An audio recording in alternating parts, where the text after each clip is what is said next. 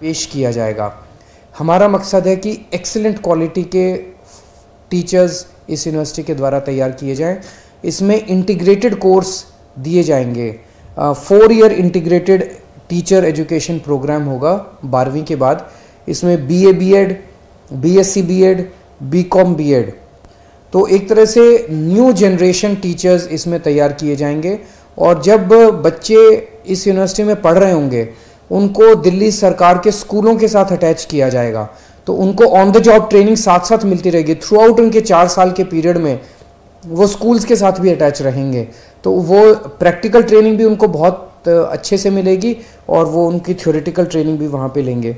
इसका एडमिशन जो है वो 2022-2023 का जो एकेडमिक सेशन है उसमें इसका एडमिशन प्रोसेस चालू होगा।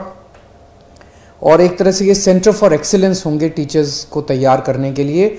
और इसमें हम नेशनल और इंटरनेशनल लेवल के कोलैबोरेशन करेंगे टीचर्स ट्रेनिंग के लिए। जो भी दुनिया भर के जो बेस्ट इंस्टीट्यूट्स हैं उनके साथ कोलैबोरेशन करेंगे। इसमें रिसर्च होगी, बेस्ट टीचिंग टेक्निक्स के ऊपर रिसर्च होगी इसमें। और मैं उम्मीद करता हूं कि इससे अच्छे टीचर्स तैयार करने की दिशा में ये एक बहुत क्रांतिकारी कदम साबित होगा। दिल्ली की कैबिनेट ने आज एक और अहम निर्णय लिया। अभी तक जब से कोरोना काल शुरू हुआ है हम दिल्ली के अंदर लोगों को फ्री में राशन दे रहे हैं। जो राशन कार्ड से अपना राशन लेने आते हैं उनको फ्री में राशन दिया जाता है। वो पीरियड ख़त्म हो गया था, तो इसे 6 महीने के लिए और बढ़ाया जा रहा है। 31 मई तक अब दिल्ली में लोगों को फ्री राशन देने की सुविधा बढ़ा दी गई है। 31 मई तक लोगों को फ्री राशन दिया जाएगा। नमस्कार।